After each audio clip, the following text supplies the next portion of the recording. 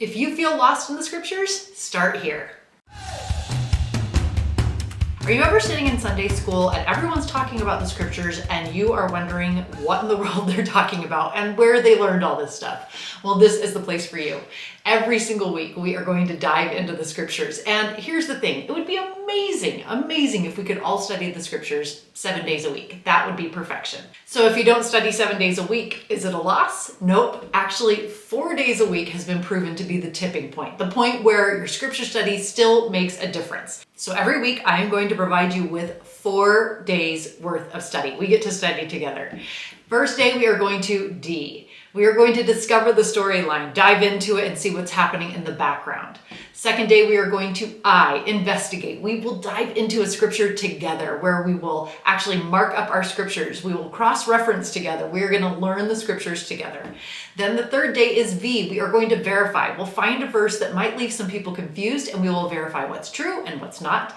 And fourth day, E, we will find evidence that the Book of Mormon is true, and we'll find it within that week's Come Follow Me study. So each week we will D.I.V.E, dive into the scriptures together with 4 days worth of study, and I'm so glad you're here. This is the first week of our Book of Mormon study. So this is for December 31st, week of December 31st, 2023, and we are going to be diving into the introductory pages of the Book of Mormon. How boring does that sound? But it's not boring. It's actually super cool. And in order to discover the storyline, I have recorded this three times. And every time I just told the story and I just stared at the camera and I said, and then, and you know what I realized was missing was terrible art. That is what this section needs.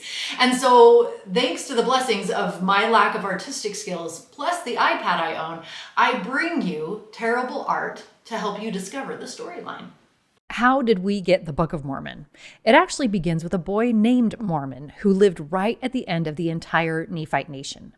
Mormon grew up in the land northward, near the hill Cumorah. He was surrounded by war and wickedness so bad that God removed the disciples from the people's midst and ended all miracles. When Mormon was just 10 years old, he was approached by the prophet Ammoron. Ammoron told Mormon to prepare himself to keep and continue the scriptural record that was hidden in the nearby hill Shim when he reached the age of 24. A year later, Mormon's father moved him south to the land of Zarahemla, away from the location of the plates.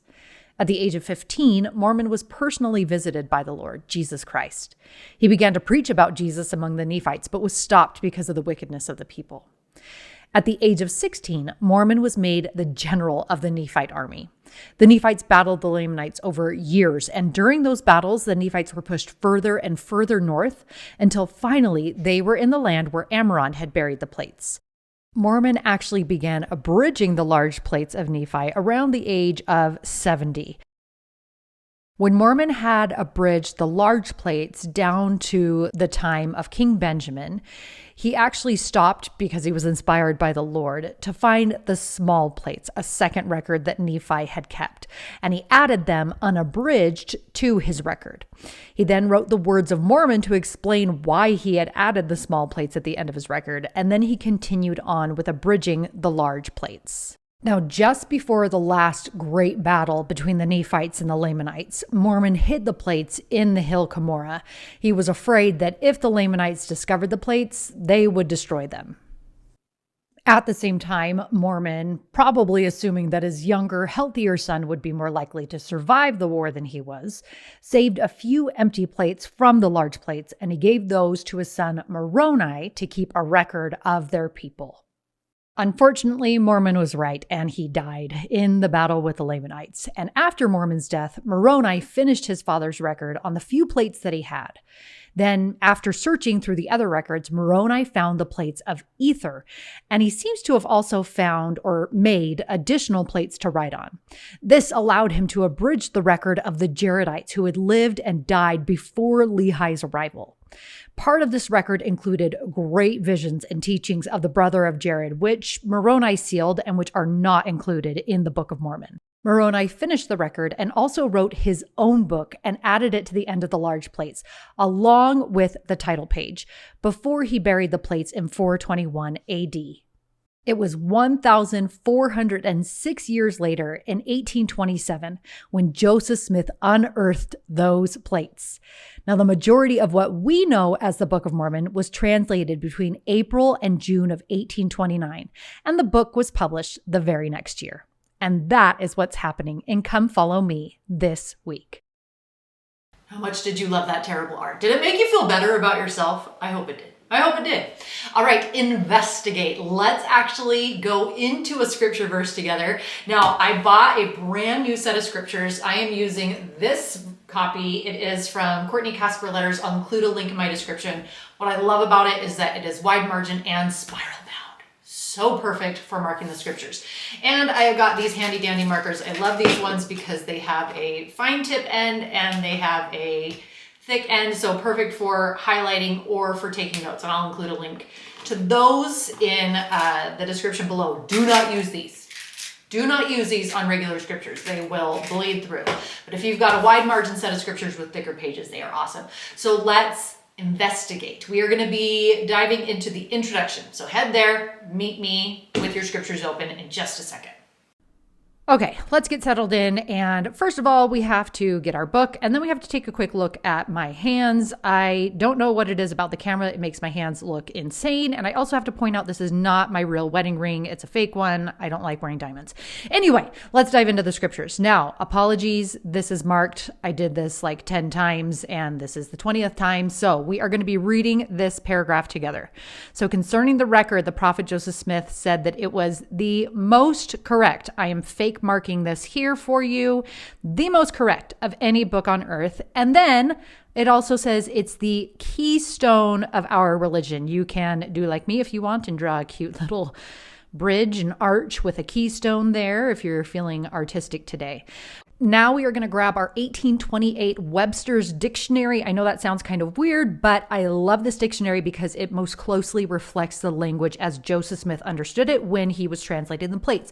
So the first word we are going to dive into is correct. And as I'm looking at this, the definition that is really popping out to me is where it says that a correct edition of a book is exactly according to the original copy. Oh, don't you love that? Now we are going to move on and find the definition of keystone. So the keystone is the stone in the middle of the arch. It binds the whole work together. It's the fastening stone, and I love that. Okay, so here is my maybe unpopular opinion. I don't know. Tell me if it's an unpopular opinion. But my opinion is that the Book of Mormon is a domino, right? If the Book of Mormon is true, then God loves you. Then Jesus atoned for your sins. Then Joseph Smith is a prophet. Then the church is true. Then I don't even know.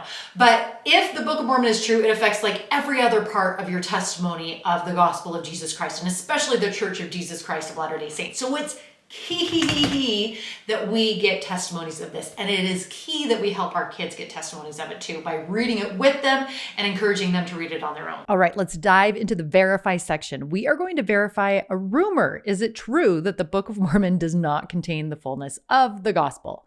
So the origin of this rumor is actually the introduction of the Book of Mormon, which says that it contains the fullness of the gospel. But you'll notice that the Book of Mormon doesn't include information about things like temple ordinances or the kingdoms of glory. So what is the church's official position?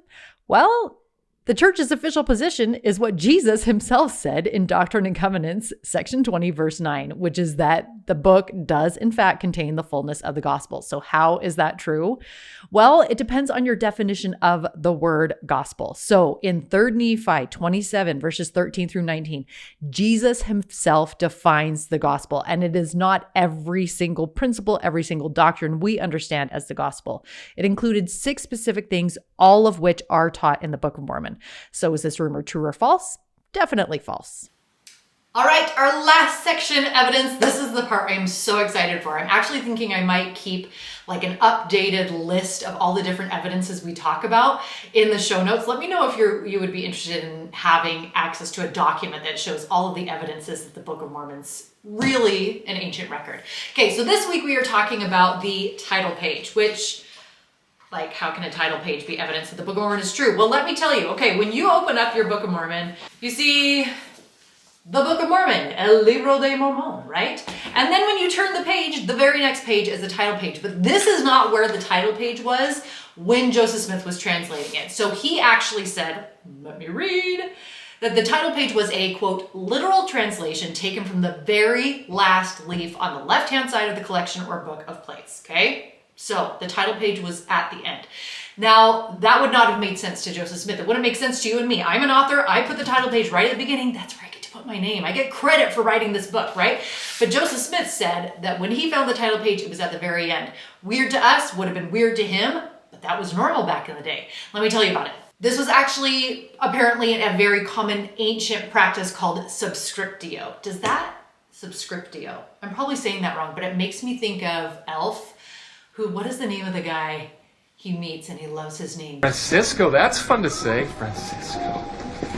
Anyway, subscriptio. So this is when information such as the indication of the name of the writer and the title of the book would be placed right at the end after the last line of the text. So this is a common ancient practice of which Joseph Smith would have had absolutely no knowledge. And scholar William J. Hamblin, he explained, quote, this idea would have been counterintuitive in the early 19th century when title pages appeared at the beginning, not the end, of books. Oh, don't you love it? So even the placement of the title page is an indication that Joseph Smith did not make this up. Subscriptio. How the heck is he going to know about that?